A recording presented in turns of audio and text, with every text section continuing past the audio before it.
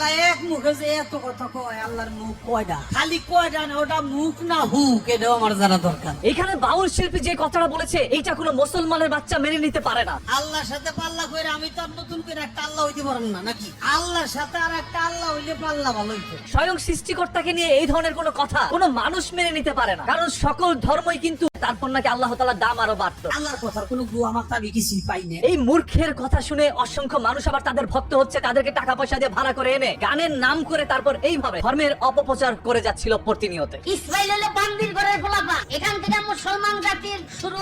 মুসলমান হলো বান্দির ঘরের পিতা। এবং তাদের বিরুদ্ধে কোনো কথা বলতে গেলে তারা আবার এসে বলে একটি ছোট্ট কথাকে কেন্দ্র করে আজকে সারা দেশে বাউল সম্প্রদায় নিধন করার একটা মহান যজ্ঞ চলছে। হ্যাঁ, ছোট্ট একটি ঘটনাকে কেন্দ্র করি নাকি এখন সকল মানুষ বাউলদের বিরুদ্ধে গিয়ে দাঁড়াচ্ছে। আল্লাহর কথার কোনো গুয়া মাথা আমি কিছুই পাই না। তাদের কাছে এই বিষয়টা খুবই ক্ষুদ্র ছোট্ট মনে হয়েছে। তবে ইসলাম এই বিষয় নিয়ে কি বলে? আল্লাহর শানে এত বড় বেয়াদবি, তাকে তো প্রকাশ্যে হত্যা করা যায় খণ্ড বাউলকে। আব্বাসী হুজুর যেটা বলেছে সেটা যদি এই দেশের মধ্যে ইসলামী শরিয়া শাসন থাকতো তাহলে অবশ্যই সেটাই কায়েম করা হতো। তবে যেহেতু ইসলামী শাসন নাই সেহেতু জেলের মধ্যে নিয়ে তাদের সর্বোচ্চ শাস্তির আওতায় আনার জন্য সবাই আহ্বান করছে। ছাড়া তো যাবেই না, সরকারকে বলছি তার সর্বোচ্চ শাস্তি মৃত্যুদণ্ড কার্যকর করতে হবে। এই যে ফজরের নামাজ নিয়েছে আদম সফিউল্লাহ, জোহরের নামাজ নিয়েছে ইব্রাহিম খলিলুল্লাহ, আসরের নামাজ নিয়েছে ইনুসুল্লাহ, আর মাগরিবের নামাজ নিয়েছে ঈসা রুহুল্লাহ, ইয়াসার নামাজ নিয়েছে মুসা কারিমুল্লাহ। সে নবী না হলে কিছুই হতো না। সে নবীর নামাজ কোনটা? দুঃখের বিষয়ে কুলাঙ্গারও কিন্তু একটি মুসলমান ধর্মে জন্মগ্রহণ করেছে। কেউ যদি আমার একটাই বাবা, সে কাফের আর সে জারজ। এই ভাইটির বাবা কিন্তু অনেকগুলা, সে কিন্তু জারস না, সে কাফেরও না, কারণ তার বাবা কয়টা সেটা তিনি নিজেই জানেন।